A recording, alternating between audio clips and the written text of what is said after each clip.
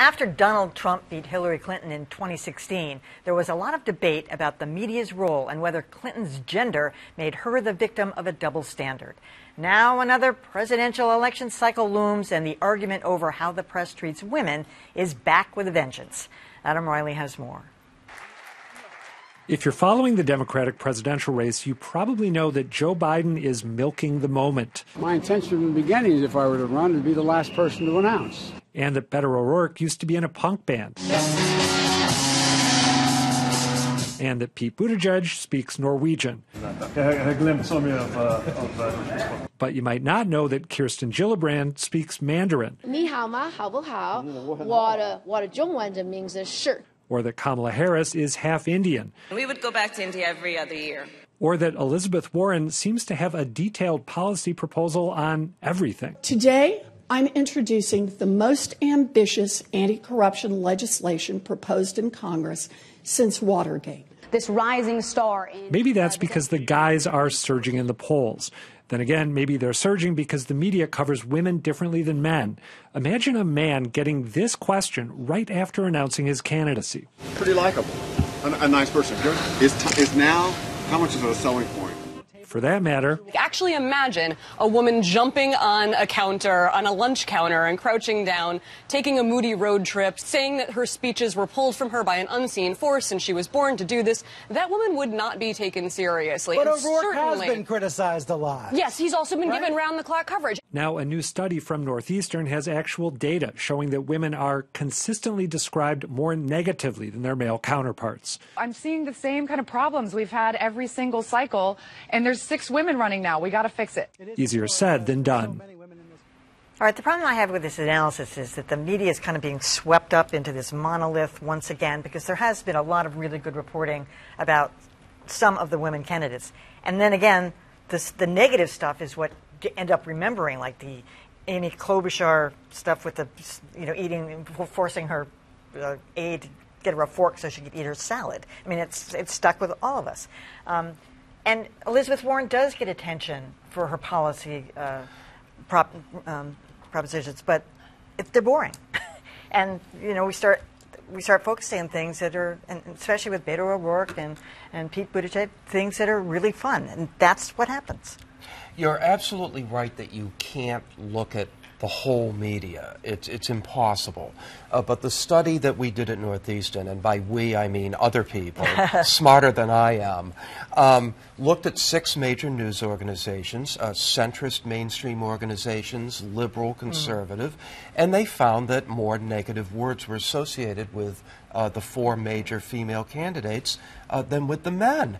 And I think we've seen this before. I don't think it's any shock to see that the women candidates are being covered in more negative terms than the men. It's just interesting to see some data associated with it. I think it kind of confirms what we all sense just following the news every day. Yeah, the study found what it found, and it's not surprising.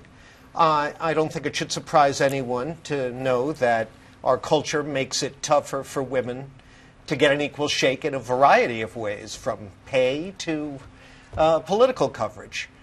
My question would be, how will we know when that's no longer true? Exactly. I mean, it seems to me everyone running for president should go through the ringer.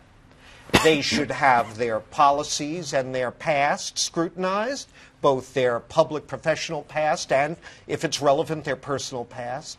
And if they're odd or quirky or they like to eat salad with a comb, not that she liked to, she was forced to. Let me just make sure that's clear. That's kind of fun and interesting. I don't know that it's dispositive, okay? But I don't know. How will we know? You could make the case that we'll know when everyone gets treated like dirt.